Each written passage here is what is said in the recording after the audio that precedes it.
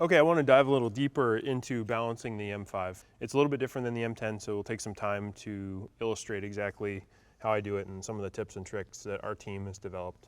I actually find with the full camera cage, the M5 is a little bit easier to balance. The important things to understand is this top clamp. When you loosen this one clamp, it allows you to adjust both roll and tilt on the top clamp. On the bottom, the middle clamp allows you to adjust tilt fore aft, and the outer two allow you to adjust roll. So I've got the top clamp loose right now and the bottom middle clamp. And as you can see, this allows the camera to easily slide fore and aft. And because the camera is captured on these two plates, top and bottom, I find it's much easier to adjust because it's more constrained in the way it moves than it is on the M10. So what I do is I hold roll, because let's say roll wasn't balanced yet, and I move the tilt fore aft very slightly, and then I remove my hand to check and see where it is. So it keeps falling forward, so I know it needs to go back. So it's still falling forward very slightly, but we're really close. So still falling forward a little bit. There, it wants to stay. So I'm going to clamp that down.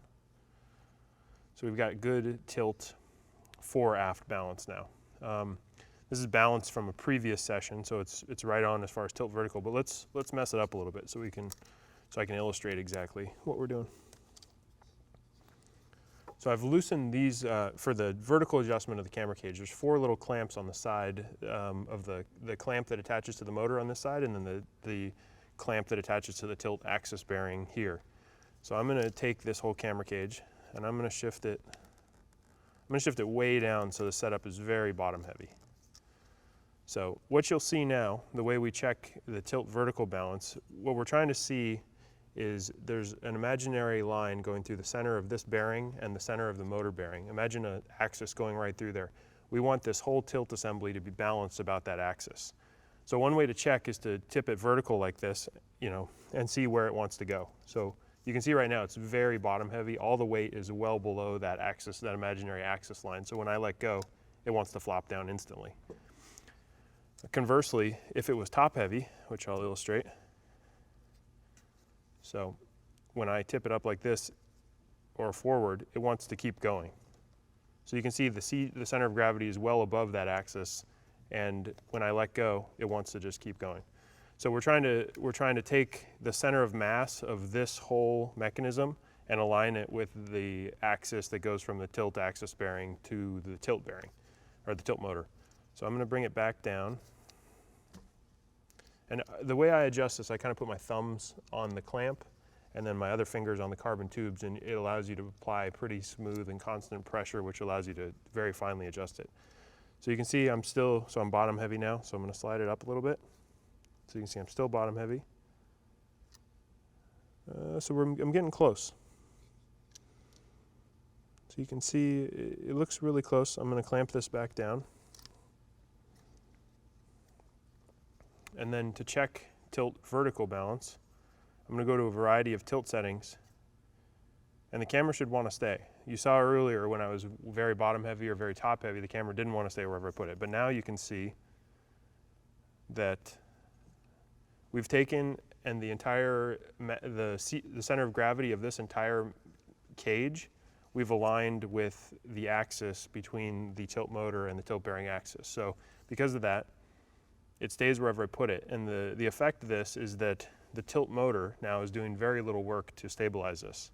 So what that means is you'll get better stability and better shot performance. So let's move on to roll. Roll's fairly simple, I think, now with the dual cage. So the outer 2 clamps on the bottom allow you to adjust roll. Then we need to loosen the top clamp to allow it to slide side to side. So the whole thing slides really easily. So you can see roll is easy to tell if it's out of balance. So you can see right now, and I let go, it wants to roll severely over that way. So let's slide it. So I'm just going to slide it slowly.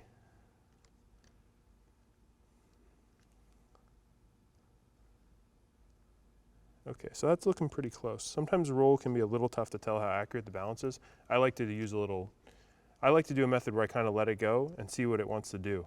And what I'm looking for is symmetrical performance on each side. So sometimes with a really heavy camera package, or if these cables get a little bound up, it will want to self-level. And if it does want to self-level, no matter what setting you find, what I look for is that it self-levels in the same way each way. And that tells you that it's symmetric about the roll axis. But ideally, when you have roll axis balanced, you want to be able to put it in any orientation in the roll axis and it'll have it stay. So it's moving a little bit there, but it's very close. You can see it didn't take very much force to make it stop. So at this point, we have everything forward of the roll axis balanced. Roll's balanced, tilt vertical balanced, and tilt fore aft is balanced. So we're really close. We just have pan balance. We've simplified the mechanics now to just have 2 toggle clamps to adjust fore and aft on pan, and there's now no rotation adjustment for pan axis balance. There's this tube is keyed, and it won't allow this pan knuckle to rotate side to side. It'll only allow it to translate fore and aft. So I'm going to illustrate a couple different versions of bad pan balance. So I'm going to slide that joint way forward.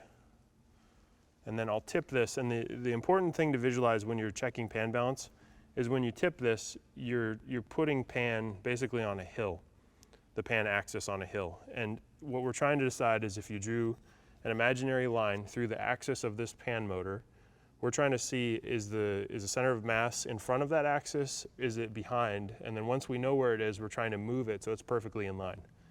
So you can see I tip that way, making a hill this way, and it wants to go lens downhill. So lens downhill means that our mass is too far in front of that center line, and we need to bring the whole thing back. So I'm just going to slide. I kind of grab in the front and then use my thumb to apply pressure on the back. Now let's check it again. Oh, that's pretty lucky. It's pretty close now. So what I do is just clamp down and then check it. Check it there. Check it there. Check it there. So you can see our pan balance is really close now. All right, so this MōVI is fully balanced and ready to shoot with. What I would recommend before you go out and shoot with your MōVI is find a time where you can just sit down and practice this. It takes time to get used to the balancing mechanism. I think once you do it a few times, it will seem fairly intuitive. And once you see the benefits from shooting with a really well-balanced system, it makes a lot of sense to get good at this. So I hope that was helpful, and just sit down and practice with it, and good luck. Thanks.